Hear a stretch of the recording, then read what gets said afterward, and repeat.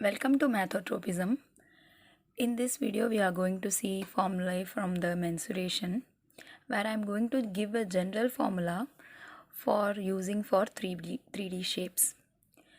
Here we are going to see for the curved surface area of 3D shape. Let us consider the shapes of a cube, cuboid, cylinder, cone and a sphere. The general formula which I am going to give now is for the shapes where the top face and the bottom face both are similar. For example, in a cube, the top and bottom are a square. Cuboid, it is a rectangle. A cylinder, it is a circle. But for a cone and a sphere, the top and bottom face are not similar. So we are not going to consider those two shapes. So what is the general formula which I am going to take is the CSA or the curved surface area of a 3D shape is equal to the height into the perimeter of the base figure. Now remember that this curved surface area is also known as the lateral surface area or the LSA. So we'll go one by one.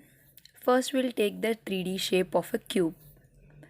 In the cube we can see that all the sides are equal. So let us consider that the side is of A units. So the height here is also A units, and as we have already seen, the base figure is a square. The perimeter of the square is 4A units. What will be the CSA of the cube? It will be equal to height into of the perimeter. So A into 4A, and that comes to 4A square units. Similarly, we'll go to the next 3D shape of a cuboid. Here again the height of the cuboid is H units.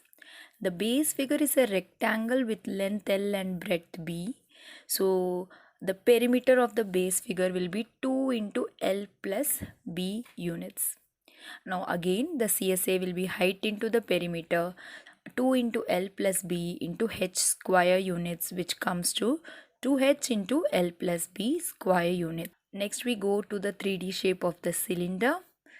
Similarly, height again is H here, and the base figure is a circle. We know that the perimeter of a circle is nothing but 2 pi r units, where r is the radius.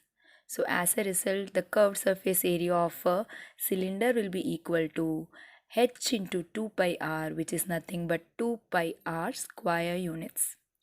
Hope this is easier for you to remember during your exams. Only remember that we are considering the shapes which have both the top and bottom faces as the same figure. Thank you. Subscribe, like and share.